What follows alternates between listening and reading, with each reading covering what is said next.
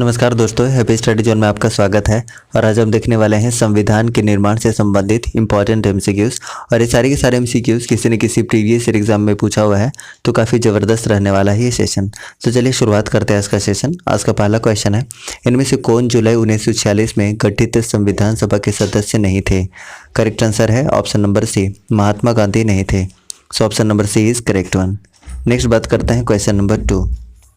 संविधान का मसौदा तैयार करने वाली समिति यानी कि ड्राफ्टिंग कमेटी के अध्यक्ष कौन थे? 2 का सही आंसर बताना है। करेक्ट आंसर हो जाएगा option number D, BR Ambedkar थे। So option number D is correct one. Next बात करते हैं क्वेश्चन नंबर 3 की। 11 दिसंबर 1946 को किसी संविधान सभा का स्थायी अध्यक्ष चुना गया था? करेक्ट आंसर है option number B, doctor Rajendra Prasad को। So option number B is correct one. Next बात करते हैं क्वेश्चन नंबर 4। निम्नलिखित में से कौन भारत के संविधान निर्मात्री सभा में संवैधानिक सलाहकार था? 4 का सही आंसर है ऑप्शन नंबर डी, यानी कि BN राव था। नेक्स्ट है question number 5। Cabinet mission plan के अधीन बनी संविधान सभा में कितने सदस्य थे? करेक्ट आंसर है ऑप्शन नंबर ए, 389 सदस्य थे। So option number A is correct one. Next बात करते हैं क्वेश्चन नंबर 6। वर्ष 1928 में कांग्रेस नेताओं की एक समिति ने भारत के लिए एक संविधान का मसौदा तैयार किया। इस समिति की अध्यक्षता किसने की थी? करेक्ट आंसर है option number C, Motilal Nehru ने। So option number C is correct one. Next बात करते हैं क्वेश्चन नंबर 7 की। भारत को एक संविधान देने का प्रस्ताव संविधान सभा द्वारा पारित किया गया था। कब किया गया था, इसका सही आंसर बताना है। तो 7 का करेक्ट आंसर है ऑप्शन नंबर बी, यानी कि 22 जनवरी 1947। So option number B is correct one. Next बात करते हैं क्वेश्चन नंबर 8। भारतीय संविधान का प्रथम प्रारूप किसने तैयार किया था? सही आंसर बताना है। तो 8 का सही आंसर हो जाएगा option number B, BN Rao द्वारा तैयार किया गया था। नेक्स्ट बात करते हैं क्वेश्चन नंबर 9। भारतीय संविधान सभा की पहली बैठक या अधिवेशन की अध्यक्षता कब हुई थी? 9 का सही आंसर बताना है। तो 9 का करेक्ट आंसर है ऑप्शन नंबर सी, यानी कि 9 दिसंबर 1946 को। So option number C is correct one. Next बात करते हैं क्वेश्चन नंबर 10 की। संविधान सभा के संवैधानिक सलाहकार कौन थे? सही आंसर बताना है। तो 10 का करेक्ट आंसर हो जाएगा ऑप्शन नंबर डी, यानी कि Benegal Narasimha Rao. So option number D is correct one. Next बात करते हैं क्वेश्चन नंबर 11 की। भारतीय संविधान का निर्माता किसे माना जाता है? आई होप इसका सभी आंसर जानते हैं। करेक्ट आंसर हो जाएगा option number B, BR Ambedkar. Next है क्वेश्चन नंबर 12। भारतीय संविधान सभा में महिलाओं के सदस्यों की कुल संख्या कितनी थी? 12 का करेक्ट आंसर है ऑप्शन नंबर डी, यानी कि टोटल 15 थी। सो option number D is correct one. Next बात करते हैं क्वेश्चन नंबर 13 की। जिस संविधान सभा द्वारा भारत के संविधान को अधिनियमित किया गया था, उसके सदस्य कौन थे? 13 का सही आंसर है ऑप्शन नंबर सी, यानी कि विभिन्न प्रांतों की विधानसभाओं द्वारा नामित व्यक्ति। नेक्स्ट बात करते हैं क्वेश्चन नंबर 14 की। भारतीय संविधान सभा के उद्घाटन अधिवेशन की अध्यक्षता किसने की थी? 14 का सही आंसर है ऑप्शन नंबर बी, डॉक्टर सच्चिदानंद सिन्हा द्वारा की गई थी। नेक्स्ट बात करते हैं क्वेश्चन नंबर 15 की। संविधान सभा में किस प्रांत का प्रतिनिधित्व सबसे अधिक था? 15 का सही आंसर है ऑप्शन नंबर डी, यानी कि संयुक्त प्रांत का सर्वाधिक था। सो option number D is correct one. Next बात करते हैं क्वेश्चन नंबर 16 की। संविधान सभा का चुनाव किस आधार पर हुआ था? 16 का सही आंसर है ऑप्शन नंबर सी, यानी कि वर्गीय मताधिकार के आधार पर। नेक्स्ट है क्वेश्चन नंबर 17 नंबर क्वेश्चन है, संविधान सभा में किस देशी रियासत के प्रतिनिधि ने भाग नहीं लिया था? 17 का सही आंसर हो जाएगा option number C, Hyderabad. So option number C is correct one. Next बात करते हैं क्वेश्चन नंबर 18 की। भारतीय संविधान सभा ने भारतीय राष्ट्रीय ध्वज की रूपरेखा को कब अंगीकृत किया? 18 का सही आंसर हो जाएगा ऑप्शन नंबर डी, यानी कि 22 जुलाई 1947 को। नेक्स्ट है क्वेश्चन नंबर 19। भारतीय संविधान को बनाने हेतु भारतीय संविधान सभा के कुल कितने अधिवेशन हुए थे? सही आंसर हो जाएगा ऑप्शन नंबर सी, टोटल 12 अधिवेशन हुए थे। So option number C is correct one. Next बात करते हैं क्वेश्चन नंबर 20 की। भारत का संविधान पूर्ण रूप से तैयार हुआ था। कब तैयार हुआ था, इसका सही आंसर बताना है। करेक्ट आंसर हो जाएगा ऑप्शन नंबर बी, यानी कि 26 नवंबर 1949 को। नेक्स्ट है क्वेश्चन नंबर 21। भारत का संविधान अपना प्राधिकार किससे प्राप्त करता है? 21 का सही आंसर हो जाएगा ऑप्शन नंबर सी, यानी कि भारत की जनता से। So option number C is correct one. Next बात करते हैं क्वेश्चन नंबर 22। भारतीय सभा के अस्थायी अध्यक्ष कौन थे? इसका सही आंसर बताना है। सो 22 का सही आंसर हो जाएगा option number C, Sachchidanand Sinha. So option number C is correct one. Next बात करते हैं क्वेश्चन नंबर 23। इनमें से किसने संविधान सभा में यह कहा था कि 26 जनवरी 1950 को भारत अंतर्विरोधियों यानी कि विरोधाभास के जीवन काल में प्रविष्ट हो रहा है? 23 का सही आंसर है option number A, Bhimrao Ambedkar ने। नेक्स्ट है क्वेश्चन नंबर 24। संविधान को 26 जनवरी के दिन लागू करने का निर्णय किस लिए लिया गया था? सही आंसर बताना है। तो इसका सही आंसर हो जाएगा 24 का ऑप्शन नंबर ए, कांग्रेस ने इस तिथि को वर्ष 1930 में स्वाधीनता दिवस के रूप में मनाया था। सो option number A is correct one. Next बात करते हैं क्वेश्चन नंबर 25। भारतीय संविधान सभा में निम्नांकित में से कौन से कथन सही हैं? इसका सही आंसर आपको बताना है। तो देखिए पहला ऑप्शन की अगर हम बात करते हैं, यह वयस्क के मताधिकार पर आधारित नहीं थी, ये बिल्कुल सही है।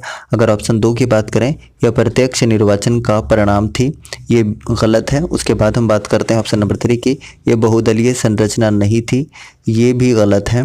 उसके बाद चौथा ऑप्शन की बात करें, यह कई समितियों के माध्यम से कार्यरत थी, तो ये भी बिल्कुल सही है। तो सही ऑप्शन की अगर हम बात करें तो ऑप्शन नंबर 1 और ऑप्शन नंबर 4 सही है। ऑप्शन की बात करें तो ऑप्शन सी इसका बिल्कुल करेक्ट आंसर हो जाएगा, 1 और 4 सही है। So option number C is correct one. Next बात करते हैं क्वेश्चन नंबर 26 के। निम्नलिखित कथनों में से कौन सा संविधान सभा के गठन के बारे में सही है? सही कथन को बताना है। तो पहला ऑप्शन की हम बात करें तो संविधान सभा के सदस्यों का चयन वर्ष 1946 के प्रांतीय चुनाव के आधार पर किया गया था, ये बिल्कुल सही है। ऑप्शन 2 की हम बात करें, ऑप्शन 2 की बात करें तो देशी राज्यों के प्रतिनिधियों को संविधान सभा में सम्मिलित नहीं किया गया था, ये बिल्कुल गलत है। उसके बाद 3 ऑप्शन की बात करें तो संविधान सभा के भीतर विचार विमर्श जनता के द्वारा व्यक्त की गई राय से प्रभावित नहीं होता था, ये भी गलत है। ऑप्शन 4 की हम बात करें तो सामूहिक सहभागिता का भाव उत्पन्न करने के लिए जनता से सुझाव मांगे गए थे, ये भी बिल्कुल सही है। तो सही ऑप्शन की बात करें तो 1 और 4 बिल्कुल सही है, 1 और 4 सही है, यानी कि ऑप्शन नंबर डी इसका सही आंसर हो जाएगा। सो option number D is correct one. Next बात करते हैं क्वेश्चन नंबर 27 की। संविधान निर्मात्री परिषद की झंडा समिति के अध्यक्ष कौन थे? इसका सही आंसर को बताना है। तो करेक्ट आंसर हो जाएगा 27 का ऑप्शन नंबर बी, यानी कि डॉक्टर राजेंद्र प्रसाद थे। So option number B is correct one. Next बात करते हैं क्वेश्चन नंबर 28। संविधान सभा की प्रांतीय संविधान समिति के अध्यक्ष कौन थे? 28 का सही आंसर हो जाएगा option number D, Sardar Patel थे। So option number D is correct one. Next बात करते हैं क्वेश्चन नंबर 29 की। संविधान पांडुलिखन समिति का निम्न में से कौन सदस्य नहीं था? 29 का सही आंसर बताना है। तो करेक्ट आंसर हो जाएगा option number D, Jawaharlal Nehru नहीं थे। नेक्स्ट बात करते हैं क्वेश्चन नंबर 30 की। 30 की बात करें तो संविधान सभा द्वारा स्थापित मौलिक अधिकारों और अल्पसंख्यकों हेतु सलाहकार समिति के अध्यक्ष कौन थे? 30 का सही आंसर हो जाएगा option number B, Sardar Patel थे। सो ऑप्शन नंबर बी इसका सही आंसर होगा। नेक्स्ट बात करते हैं क्वेश्चन नंबर 31 की। भारतीय संविधान सभा की संघीय शक्ति की समिति के अध्यक्ष कौन थे? 31 के सही आंसर की बात करें तो ऑप्शन नंबर बी इसका सही आंसर हो जाएगा, पंडित जवाहरलाल नेहरू थे। सो ऑप्शन नंबर बी इसका सही आंसर होगा। नेक्स्ट बात करते हैं क्वेश्चन नंबर 32। भारतीय संविधान सभा की प्रारूप समिति के अध्यक्ष कौन थे? इसका सही आंसर हो जाएगा option number C, Bhimrao Ambedkar थे। सो ऑप्शन नंबर सी इसका सही आंसर होगा। नेक्स्ट हम बात करते हैं क्वेश्चन नंबर 33 के। निम्नलिखित में से कौन भारतीय संविधान की प्रारूप समिति के सदस्य नहीं थे? कौन नहीं थे इसका आंसर बताना है। तो करेक्ट आंसर हो जाएगा option number D, doctor Rajendra Prasad नहीं थे। So option number D is correct one. Next बात करते हैं क्वेश्चन नंबर 35 की। निम्नलिखित में से कौन संविधान प्रारूप समिति के सदस्य थे? इसका सही आंसर आपको बताना है। तो ऑप्शन 1 की हम बात करें तो एन गोपाला स्वामी अयंगर, ये बिल्कुल थे। ऑप्शन 2 की बात करें तो जवाहरलाल नेहरू, ये नहीं थे। उसके बाद तीसरा ऑप्शन की अगर हम बात करते हैं अल्लादी कृष्ण स्वामी अय्यर, तो ये बिल्कुल थे। चौथा ऑप्शन की बात करें सरदार पटेल की, तो सरदार पटेल नहीं थे। यानी 1 और 3 इसका सही आंसर हो जाएगा। ठीक है, 1 और 3 यानी ऑप्शन नंबर सी इसका सही आंसर हो जाएगा। Option number C is correct one. Next बात करते हैं क्वेश्चन नंबर 36 के। भारत के लिए संविधान सभा का विचार सर्वप्रथम किसने प्रस्तुत किया था? 36 का सही आंसर है ऑप्शन नंबर ए, यानी कि स्वराज पार्टी 1924 में।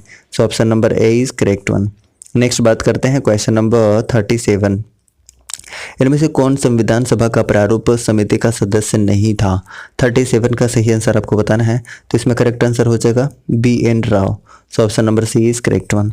नेक्स्ट बात करते हैं क्वेश्चन नंबर 38 की। एक निर्वाचित संविधान सभा द्वारा भारत के संविधान का निर्माण करने का प्रस्ताव किया गया था। इसका सही आंसर आपको बताना है, तो 38 का सही आंसर हो जाएगा क्रिप्स मिशन के द्वारा। सो ऑप्शन नंबर सी इसका सही आंसर होगा। नेक्स्ट बात करते हैं क्वेश्चन नंबर 39 की। भारत की संविधान सभा किसके अनुसार गठित की गई थी? इसका सही आंसर आपको बताना है, तो 39 का सही आंसर है option number D, cabinet mission योजना के तहत। सो option number D is correct one. Next बात करते हैं क्वेश्चन नंबर 40 की। 1936 में भारतीय राष्ट्रीय कांग्रेस द्वारा संविधान सभा के गठन की मांग किस अधिवेशन में रखी गई थी? इसका सही आंसर आपको बताना है, तो करेक्ट आंसर हो जाएगा ऑप्शन नंबर सी, फैजपुर में। सो ऑप्शन नंबर सी इसका बिल्कुल सही आंसर है। नेक्स्ट हम बात करते हैं क्वेश्चन नंबर 41 की। इन व्यक्तियों में से कौन कैबिनेट मिशन का सदस्य नहीं था? कौन सदस्य नहीं था, इसका सही आंसर आपको बताना है, तो करेक्ट आंसर है option number A, William hood. इसके अलावा तीनों सदस्य थे। सो ऑप्शन नंबर ए इसका बिल्कुल सही आंसर है, ठीक है, ऑप्शन नंबर ए। नेक्स्ट बात करते हैं क्वेश्चन नंबर 42 की। भारत का संविधान के आलेखन यानी कि प्रारूपण सदस्य के रूप में अलादी कृष्ण स्वामी अय्यर के बारे में निम्नलिखित में से कौन सा कथन सही है? सही कथन को आपको बताना है। तो पहला ऑप्शन की हम बात करते हैं, तो भारत के संविधान के निर्वाचन से संबंधित महत्वपूर्ण निर्णय के लिए जाने में सर्वोच्च न्यायालय की भूमिका के पक्षधर थे। ये बिल्कुल सही ऑप्शन लग रहा है। दूसरे ऑप्शन की हम बात करें तो दूसरा ऑप्शन है, उनका यह मानना था कि स्वतंत्रता और सामाजिक निग्रह के बीच सर्वोच्च न्यायालय को एक रूपरेखा खींचनी पड़ेगी। ये भी बिल्कुल सही है। अगर हम ऑप्शन नंबर 3 की बात कर लें कि न्यायपालिका पर कार्यपालिका के प्रभुत्व में उनका विश्वास था, ये गलत लग रहा है। उसके बाद बात करते हैं ऑप्शन नंबर 4 की कि वे शासन के एक अधिनायकीय स्वरूप के पक्षधर थे। ये भी बिल्कुल गलत है। सो ऑप्शन नंबर 1 और 2 बिल्कुल सही लग रहा है। सो करेक्ट आंसर हो जाएगा option number A. So option number A इसका सही आंसर हो जाएगा। 1 और 2 सही है, ऑप्शन 1 और 2 बिल्कुल सही है, तो करेक्ट आंसर क्या हो जाएगा? Option number A is correct one. Next बात करते हैं क्वेश्चन नंबर 43 की। 43 की हम बात करें तो संविधान सभा में उद्देश्य प्रस्ताव किसने प्रस्तुत किया था?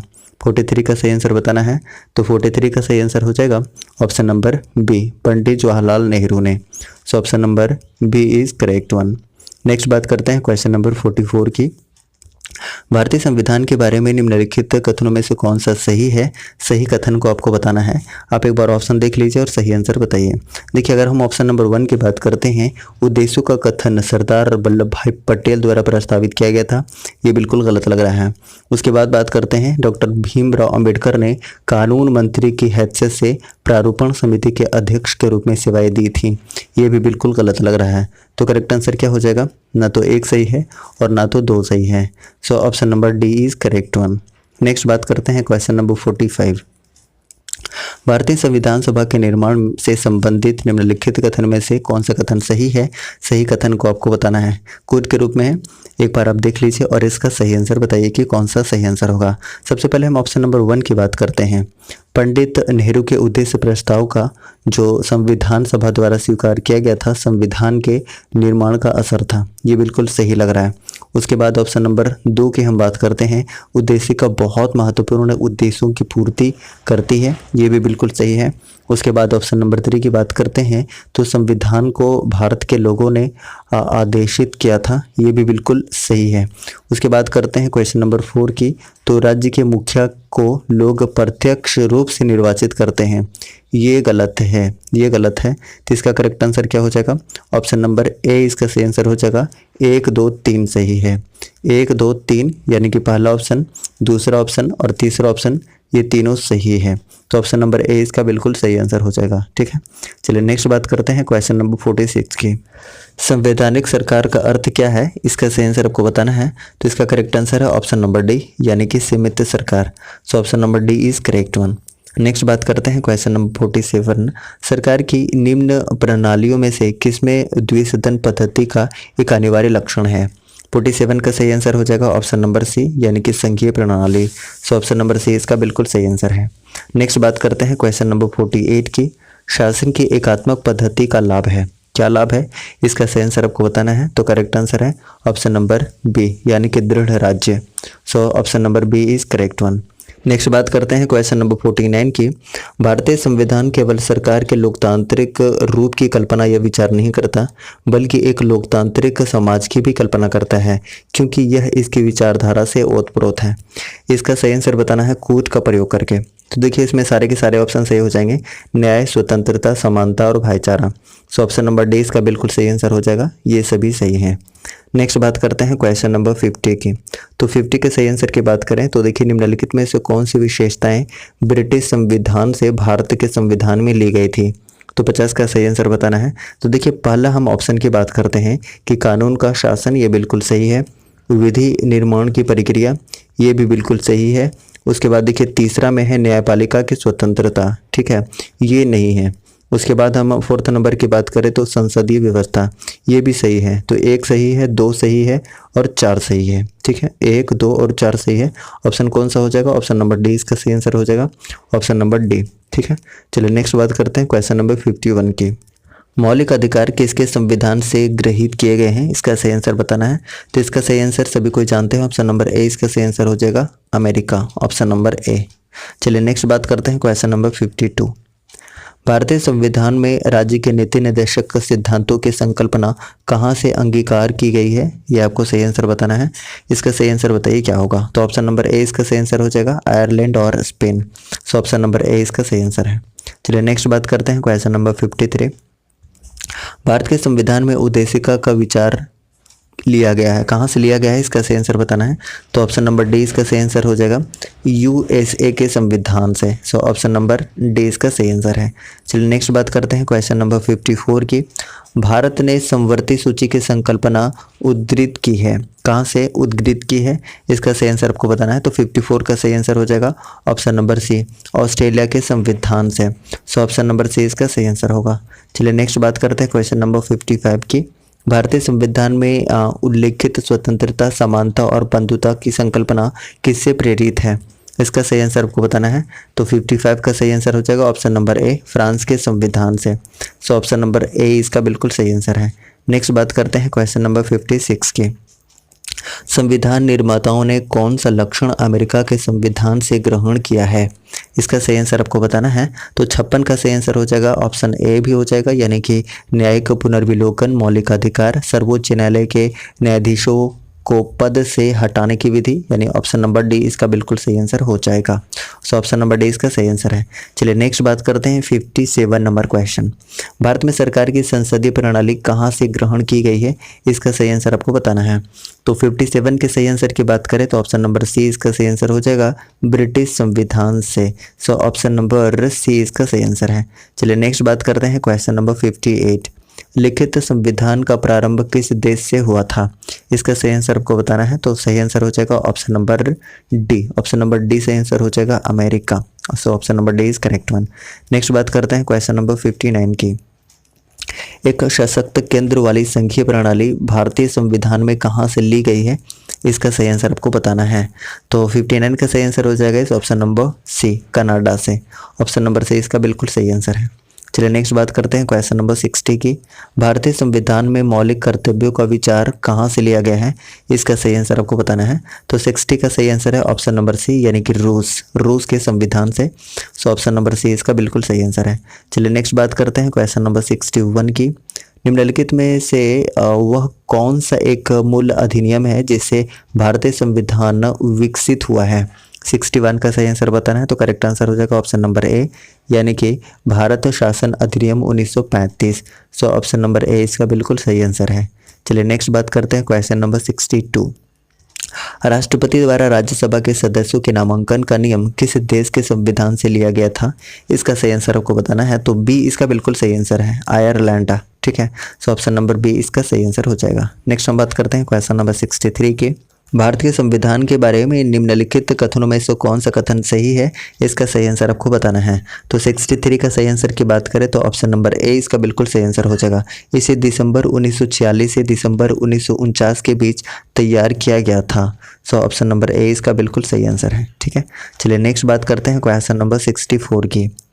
संविधान सभा के किस सदस्य ने यह समाधान प्रस्तावित किया कि भारत का राष्ट्रीय ध्वज समान अनुपात में केसरी, सफ़ेद और गहरे हरे रंग का 36 तिरंगा हो, जिसके बीच में गहरे नीले रंग का एक चक्र हो। इसका सही आंसर आपको बताना है। तो 64 का सही आंसर है option number C, doctor Rajendra Prasad. So option number C इसका बिल्कुल सही आंसर होगा। नेक्स्ट है, भारत के संविधान के निर्माण में संविधान सभा की मदद करने वाले 2 लोक सेवक निम्नलिखित में से कौन से हैं? इसका सही आंसर आपको बताना है। तो देखिए, सही आंसर की बात करें तो करेक्ट आंसर हो जाएगा ऑप्शन नंबर सी, यानी कि BN राव तथा SN Mukherjee. So option number C इसका बिल्कुल सही आंसर हो जाएगा। इस तरीके से टोटल हमने 65 क्वेश्चन पॉलिटी से कंप्लीट कर लिया है। अगर आपको सेशन पसंद आया है तो प्लीज़ लाइक कीजिए, और चैनल पर नए हैं तो प्लीज़ चैनल को सब्सक्राइब करके बेल आइकन को जरूर प्रेस कीजिए, ताकि आपको न्यू वीडियोज़ का नोटिफिकेशन बिल्कुल सही समय पर मिलता रहे। Thank you so much. जय हिंद।